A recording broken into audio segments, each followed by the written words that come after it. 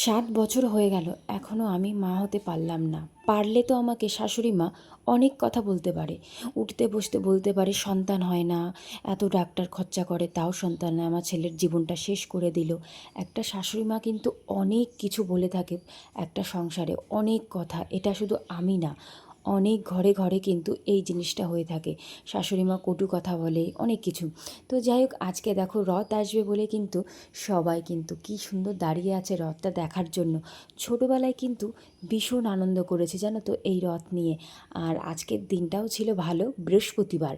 তো ঘরে পুজো দিয়েছিলাম, রথ টেনেছি। যেটা কোনো দিন ভাবিনি সেইটাই কিন্তু আমার সঙ্গে হয়েছে।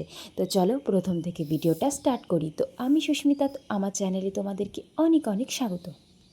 সকালবেলা ঘুম থেকে উঠেই না আমি বসে আছি, বসে একটুখানি ভাবছি ওয়েদারটা কত সুন্দর, তারপরে আমি কাজ শুরু করব। জানো তো, আমি সকালবেলা উঠে না কোনো তেমন কাজ করি না, আগে একটু বসি তারপরে সব কাজকর্ম শুরু করি। তো এই যে যেমন বারান্দায় কিন্তু বসে আছি, এদিকে আমার শাশুড়ি মা টুকটাক কাজ করছিল আর আমি কিন্তু বসে আছি। তারপরে আবার বাসি জামাকাপড় ছেড়ে ঘরের টুকটাক কাজগুলো করে সেগুলো তোমাদের দেখালাম না। কাজগুলো সেরে সোজা চলে গেলাম রান্নাঘরে। আজকে শাশুড়ি মা বলছিল যে আমি রান্না করব, দাও তুমি আমাকে একটু গুছিয়ে দাও। তাই আমি কিন্তু মাকে কিন্তু সব কিছু গুছিয়ে দিচ্ছি। এই যে কথাটা যদি সে বলে, আমার কষ্ট যদি বোঝে যে না রান্না বান্না থেকে শুরু করে টুকটাক সব কাজকর্ম করে দেয়, এটাই তো ভালো লাগে বলো। তো যাই হোক, আমার তো বিয়ে হচ্ছে প্রায় 7টা বছর। পারলে কিন্তু আমার শাশুড়ি মা আমাকে অনেক কথাই কিন্তু খুঁটিনাটিতে বলতে পারে, স্বাভাবিক, যেহেতু আমার সন্তান হয় না। হয়তো আম কোনো ইঙ্গিতে এক টুকরো কথা হলেও বলতে পারে, কিন্তু কখনোই কিন্তু আমার শাশুড়ি মা সত্যি বলছে একটা বাজে কথা তিনি আমাকে বলেন না যে কেন তোমার হয় না, বরঞ্চ আমাকে বোঝায় যে তুমি বৌমা, তোমার ঠিক বাচ্চা কাচ্চা হবে, তুমি এত ভালোবাসো বাচ্চা কাচ্চা, ভগবান তোমাকে পরীক্ষা নিচ্ছে, দেখবে সব ঠিক হয়ে যাবে একদিন। এই যে কথাগুলো শুনলে যে কতটা ভালো লাগে সেটা আমি বলে বোঝাতে পারবো না। সত্যি কথা বলতে কি জানো তো, একটা সংসারে কিন্তু আমরা শাশুড়ি বৌমাই এক জায়গাটায় থাকি, বরমশাই আর কতক্ষণ বাড়িতে থাকে, মিল থাকাটা তো দরকার শাশুড়ি আর বৌমার মধ্যে, না? তো যাই হোক, আমি সত্যি কথা বলতে হয়তো ঠাকুর আমার এই দিকটা খুব দেখেছে, যে মানুষটা আমি যার সঙ্গে থাকি সে কখনোই আমাকে বাজে কথা বলে না। এই দিক দিয়ে আমি সত্যি লাকি। তো যাই হোক, আমাকে শাশুড়ি মা একটা জিনিস খাওয়াচ্ছে যেটা তোমাদের বলবো। পঞ্চজবা যে হয়, ঠাকুরের নাম করে মা মনসার নাম নিয়ে 3টে পঞ্চজবা আর কি বেটে সেই রসটুকু আমাকে সকালে খালি পেটে দেয়। আমাদের পাশের বাড়ি একজনের এইভাবে হয়ে খেয়ে কিন্তু সাকসেস পেয়েছে প্রেগনেন্সি, তার জন্যে আমাকে সেটা খাওয়ায়। সেটা যাই হোক, ওনার থেকে আমি কোনো বলি না যে আমি খাবো না। তার মন হচ্ছে, দেখো বয়স হয়েছে শাশুড়ি মায়ের, স্বাভাবিক সে কিন্তু নাতিপুতির মুখ দেখতে চায়, আমিও সেই জিনিসটা বুঝি। উনি আমাকে দেখে খুব কষ্ট পায় যে বৌমা তোমার হয় না, আমার খুব খারাপ লাগে জানো তো। এই যে কথাগুলো বলে না, আমার সত্যি ওই দিকে খারাপ লাগে না যে আমার হয় না, আমার এটাই ভালো লাগে যে উনি আমাকে, আমার প্রতি তার একটা কষ্টভাব পায়, আমাকে দেখলে কষ্ট ভয় যে আমি কষ্ট পাচ্ছি। এই যে সুখ দুঃখের সময় যে জিনিসটা বোঝে, এটাই আমার কাছে অনেক। তো যাই হোক, এটা নিয়ে আমি এখন আর কষ্ট পাই না যে আমার এখন বাচ্চা কাচ্চা হয় না কেন, কী কারণে হয় না, হেন তেন। তো আমি এখন এসব নিয়ে কোনো সময় চিন্তা করি না। এখন শুধু ভাবি সময় আসলে সব কিছুই হবে, সময় না থাকলে কিচ্ছুই হবে না। তো যাই হোক, সকালবেলা দেখো মা রান্না করেছিল ডাল, আলু ভাজা, উচ্ছে দিয়ে, আর করেছিল পটল ভাজা। যেহেতু আজকে রথ, তো রথের দিন নিরামিষ খাবো ভেবেছি, যে তেমন মাছ টাছ কিছু বাড়িতে আনেনি। তো যাই হোক, এদিকে কিন্তু রান্নাবান্না করে তারপর মাকে একটু গুছিয়ে দিয়ে আমি ভাতগুলো এনে ভাতটা বাড়ছি 3জনের জন্য। বরমশাই আবার কাজে যাবে, যার জন্য আমি ভাতটা বেড়ে নিয়েছি।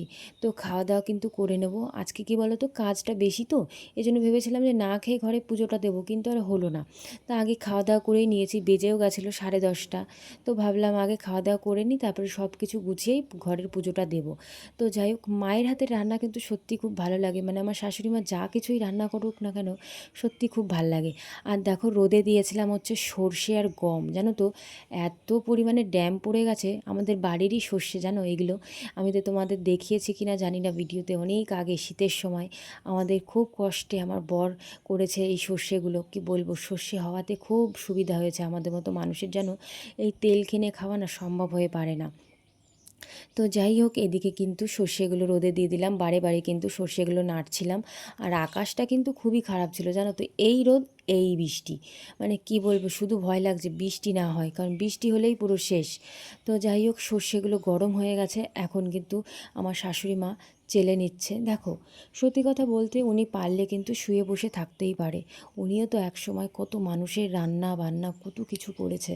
এখন আমার উপরে কিন্তু সে ভাবটা দেখাতেই পারে, কখনোই দেখা না, তিনি সব সময়, বয়স দেখেই বুঝতে পারছো, ভীষণ যে কম বয়স তাও না, একটু বয়স হয়েছে ওনার, পারলে উনি বসে থাকতে পারে, কখনোই উনি বসে থাকে না। হ্যাঁ, হয়তো উনি কাজটা ভালোবাসে, সব কিছু পরিপাটি, এটা করে রাখলে ভালো হয়। হ্যাঁ, আমার শাশুড়ির মার একটা দিকে একটু আছে, যেমন এখনের কাজটা এখন করতে হবে, আমি হয়তো বলি যে একটু পরে করব। হ্যাঁ, আমি আমার মায়ের মতো জোর খাটিয়ে বলি রাখো তুমি, আমি করছি। যেরকম আমার মাকে একটু রোপ দিয়েও কথা বললেও মা যেরকম মনে করে না, এই মাও কিছু মনে করে না, কিন্তু এক এক সময় একটু করে, কিন্তু আবার ঠিক হয়ে যায়। এইটাই তো মায়ের ভালোবাসা বলো। তো যাই হোক, মা তো মাই হয় বলো। তো এদিকে দেখো, আমি সর্ষেগুলো নেড়ে টেড়ে এসে কিন্তু ঘরের বিছানাটা ঠিক করলাম। বিছানাটা কি বলো তো, আমি সকালে ঠিক করেছিলাম কিন্তু সেইভাবে ঠিক করা হয়নি, সেটাই আবার ঠিকঠাক করে নিলাম। বরমশাই শুয়েছিল অনেকক্ষণ। আর সত্যি কথা বলতে, বিছানা ঠিক না করলে কিন্তু আমার একদমই ভালো লাগে না। তো সুন্দর করে দেখো বিছানাটা ঠিকঠাক করে এদিকে কিন্তু আমি ঘরটা ঝাড় দিয়ে নিচ্ছি। যেহেতু আগের দিন দেখেছিলেই ঘর বাড়ি পরিষ্কার করেছি, আজকের কাজটা কম হলেও তাও কিন্তু কাজটা কিন্তু কম না, জানো তো।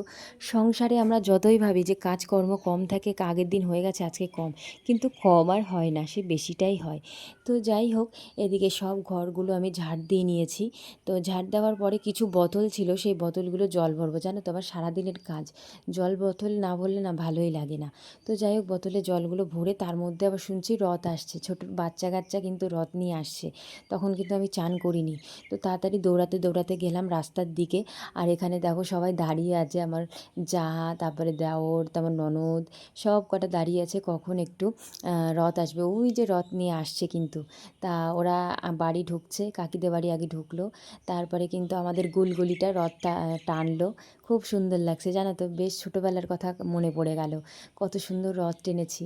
তো আমি বললাম চল আমাদের বাড়িতে আয়, রথ ঠাকুরটা আসুক আমাদের বাড়িতে। কিন্তু আমি আর রথ টানিনি, যেহেতু আমি সকালে চান টান কিছু করিনি। তো ওদের একটুখানি আমি শুধু ওদের চাল টাল দিয়েছি, টাকা টাকা দিয়েছি, মানে আর কি দিতে হয়, তো দিলাম। তাই এবার একটু সবার সঙ্গে একটু ছবি তুলেছি, জানো বেশ ভালো লাগছে সবাইকে। আর জানো তো, এত সুন্দর লাগছে, আমার মনে হচ্ছে আজকে রথের দিনটা ভালোই যাবে। তো যাই হোক, ওরা আবার প্রসাদ দিল, বাটিতে করে নিলাম। আর গুলগুলি দেখো রথের পাশে দাঁড়িয়েছে, আর ওদের কিন্তু সবার একটা গ্রুপ ছবি তুলেছি। তো যাই হোক, খুব সুন্দর লাগলো। তারপরে কিন্তু ওরা চলে গেল, তারপরে কিন্তু আমি আবার ঘরটা মুছলাম, জানো তো, আর্ধেক কাজ করে আমি চলে গেছিলাম, ঘরটার মোছা হয়নি। তো ঘরটার মুছে এখন যাব চান করতে। এই যে এখন আজকে ভেবেছি একটু শ্যাম্পু করি, কদিন ধরে মানে শ্যাম্পু না করাতে মাথা যন্ত্রণা করছে। তো এদিকে শ্যাম্পু ট্যাম্পু চান টান করে এসে কিন্তু ঘরে এসে একটু ফ্রেশ হয়ে নেব। ব্যাস হয়ে গেল মোটামুটি সকাল বলছি, মানে মোটামুটি বেজে গেছে আজকে 1:30 থেকে, হ্যাঁ 1:30 কি 2টো বাজে, তখন আমার মোটামুটি কাজ হয়েছে। কী বলো তো, এদিকে রথ এসছে, দেখতে গেছি। আমরা ভেবেছিলাম আজকে বাজারের দিকে যাব রথ টানতে, কিন্তু আর হলো না। যেটা আমরা ভাবি সেটা কি আমাদের সাথে হয়? কখনোই হয় না। তো যাই হোক, এদিকে কিন্তু আজকে বৃহস্পতিবার, ঘরে পুজো দিতে অনেকটাই দেরি হয়ে গেছিলো আমার।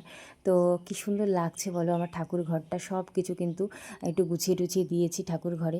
কী বলো তো, ঠাকুর ঘরে কাপড়গুলো না গুছিয়ে দিলে না, মানে আমি কিন্তু প্রতিদিন, মানে প্রতি বৃহস্পতিবার করে ঠাকুরের যে কাপড়টা নিচে থাকে সেটা গুছিয়ে, মানে পরিষ্কার করে দিই। যেরকম আমাদের ঘরটারগুলো সুন্দর করে গোছাই, ঠাকুরের ঘর না গোছালেও ভালো লাগে না। তো যাই হোক, এদিকে পুজো টুজো দিয়ে বিকাল টাইমে জানো তো রথ এসেছিলো, ভাবতেই পারিনি যে আমি রথ টানতে পারবো এই বছর, যেটা ভাবি না সেটাই হয়ে গেছে। তাই হোক, তখন তো চান টান করেছি, রথ টেনেছি, খুব ভালো লাগলো।